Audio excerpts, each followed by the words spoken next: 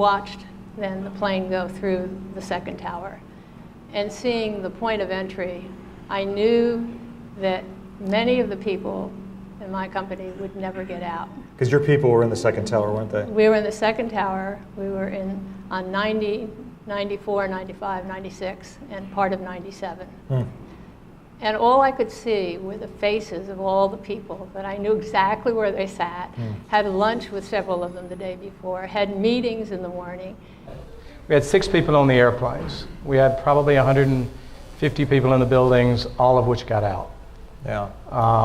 And it took us the day to figure out how we had been directly impacted.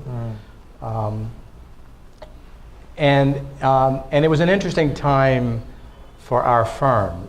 Gregory and I were chatting earlier about our profession. We were 2 years into a merger at that time. And we had 2 great firms that merged, that had great cultures. And as I've said many times, we ended up with a really big firm with no culture. And it was really hard leading into that year. And I was elected to run the firm about a year after the merger and a year before this event. And so, yes, it was, I mean, it's a devastating moment. And the 6 lives that we lost, a young staff girl, a woman that was a year out of UMass, a father with an unborn child. We had all those histories. But the result of how we dealt with the issue, doing much of what Anne described, plus building the bridges. We didn't have people beyond the 6, but we had like 8,000 people on the road that day, and they couldn't get home. So, you know, we put a message out to our people that afternoon and said, there were no hotels, there were no rental cars, no airplanes. We need beds. And, you know, within an hour we had 15,000 beds. So it was this amazing response, and the culture of the firm came from that day. And as you reflect back, I mean, obviously it's so emotional. I appreciate both of you even going there. I can only imagine, even all these years later, these are difficult memories.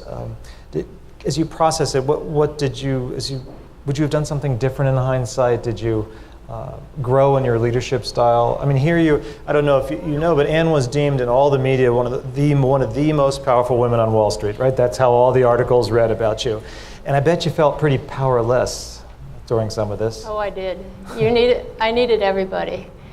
We instantly became totally together as a group, as a team, the survivors, because we knew we had purpose.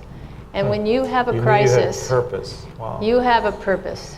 And our purpose was to respect and to be a success for the honor of the people that we loved, that we lost. And purpose in an organization is something that's extremely important in normal times. But in times of chaos, a purpose makes it possible for young people, for older people who are totally responsible. They're successful. They don't have the ambitions that they might have otherwise, simply because they're in this department and they do this type of work, and they're moving up gradually, and all of a sudden we needed them to leapfrog to the next stage into totally different departments. We needed people to go where the strengths that really were available. And so it was reconfiguring a workforce. It was encouraging people to step up, but it's amazing. They didn't have to be asked. They all felt that there was a need for them. So would you talk a bit about, give a window for someone who doesn't serve on a board, for-profit or non-profit, and how you assess the culture question? So at the board level, you should quickly understand, And sometimes you have to peel a lot of layers of the onion. But you should quickly get into what is driving this institution. What are the things that are central to it? And I've been, as has Anne, been involved in many of you, all kinds of organizations. And what's really, Anne used the word purpose. Mm-hmm. You can take it a step further and talk about mission or values or the core drivers of an institution. If you're in a leadership role, and I don't distinguish a board leadership role that much from an executive leadership role, whether it's an NGO or whether it's a for-profit, you need to understand that culture. Mm-hmm. And you probably ought to understand it before you go there. The culture of an institution starts at the top. And if it's screwed up, then you got to fix the top. And sometimes, to be fair, at PwC, I mean, we've done a lot of good things, but we did leading up to September 11th. Mm-hmm. But we did an enormous amount of good things in the organization at that moment, and it gave us a tipping point, an inflection point. Most people don't have that. Yeah. So then you have to work at it. And boards own it. You have to really do it not for the staging of, oh, I'm for diversity. It has to be so much part of your decision making and your values that are not only one thing, they spread across the company. As a leader, you are more than a leader for the company. You are a leader for many in the community. You are a leader for people who don't know you. Yeah. You represent a certain value system for many investors. It's not only a profits, it's what kind of a company am I invested in? I've always feel that the most important leaders in the world, the ones that really make a difference, are those that are genuine. They have high integrity. Steve Reinemund, the former president, chairman, CEO of PepsiCo, was always fond of saying that whatever it is, every leader needs a North Star.